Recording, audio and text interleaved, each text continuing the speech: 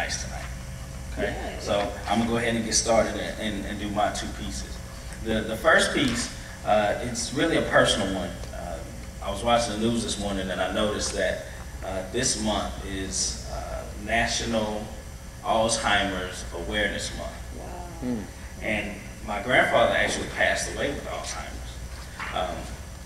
through the complications of that.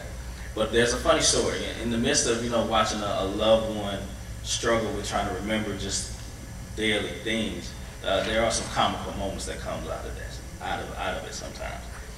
For me, my grandfather, my father, and my brother all have the same name, Thomas Rito. So while my grandfather was going through his Alzheimer's, we went to visit. They live in Louisiana. I went to visit, and I'm in the front yard playing. And my grandfather comes outside. He just sees some kids in the yard. So he's talking to us, and he's like, "Hey, so what's your people name? Who's your father?" And I said, "Thomas." "Thomas who?" I said, "Thomas Rito." "Oh, lady, you gotta get out of here." He called my grandmother outside, like, "This boy saying I'm his dad, and I ain't seen him a day in my life." And at that point, my grandmother was the only one that was like a familiar face to him, so she was able to explain what it was. That was one of my funny moments with my grandfather. All right, so this poem I actually wrote the day before his funeral, so it's probably one of the more personal pieces that I've written. Picture a man about my height and size, a few wrinkles, gray hair, and pretty brown eyes. He can make you smile any day or night, and he had all of his teeth, except for the ones lost in a fight.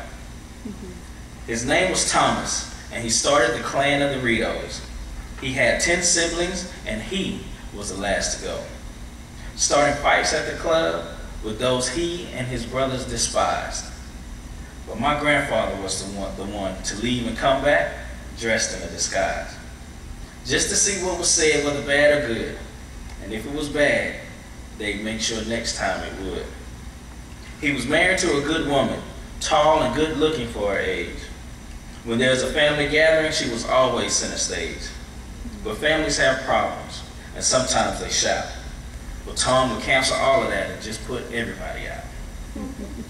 He might have cussed and raised hell, but sometimes he had to.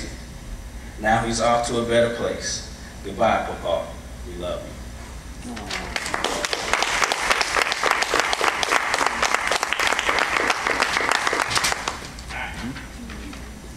So that's enough of my emotional side. No. All right, so this piece is called Random Thoughts. A couple weeks ago, we were trying to recruit some students to participate in an event that we had coming up on campus. So we had a table set up in the concourse, and we were just trying to grab everybody's attention as they walked by, and these are just some of the thoughts that came out of that experience. I looked around the college campus and thought, this is ridiculous. The complacency of generation whatever it be has me bewildered. It seems common sense has slithered down the drain with last night's party. But obviously, that's all that we are concerned about. I shouted at every student that passed to no avail. And amongst the causes represented, no one presented a threat to human decency.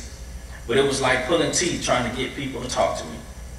Now don't let me paint a picture as if no one did, because a concerned yet nosy few, but it's yet to be seen what exactly they'll do.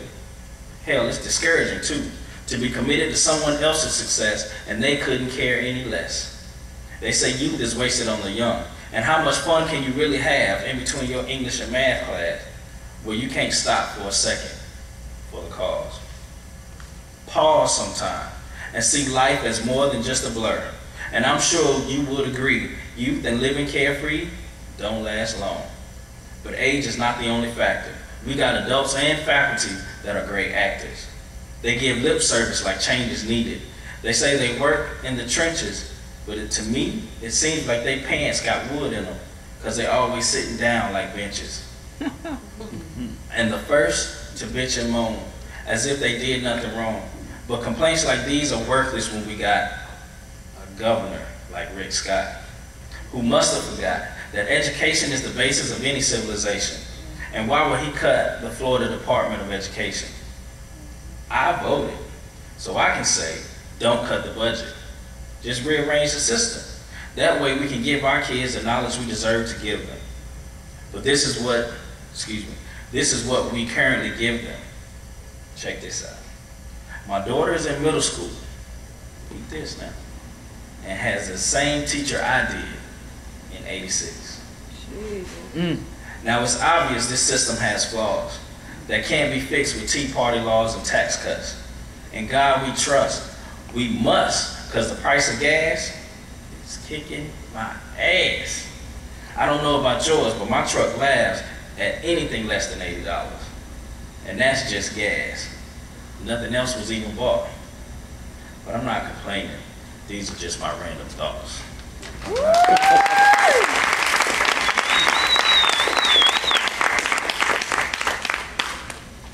All right, so another rule of how we do the art of expression is if you hear a poet say something that you really like, you shout out rewind, and then they'll go back and restate the line that was just, that you liked, okay?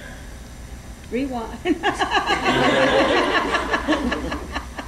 All right, so without further ado, this is someone who is not new to a microphone, and I am just so glad that she has decided to grace us with her presence and her poetry. Ladies and gentlemen, Geraldine.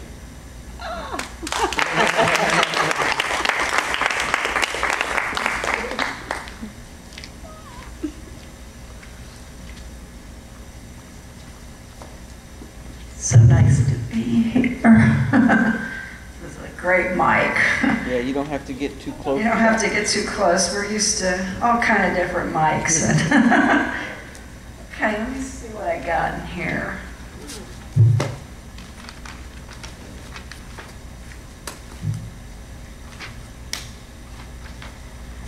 So I had been showing up at poetry, and we had one guy, he would do haiku. A lot of haiku. I didn't know what haiku was, really. And then a few weeks ago, I Googled it, because you can Google anything. And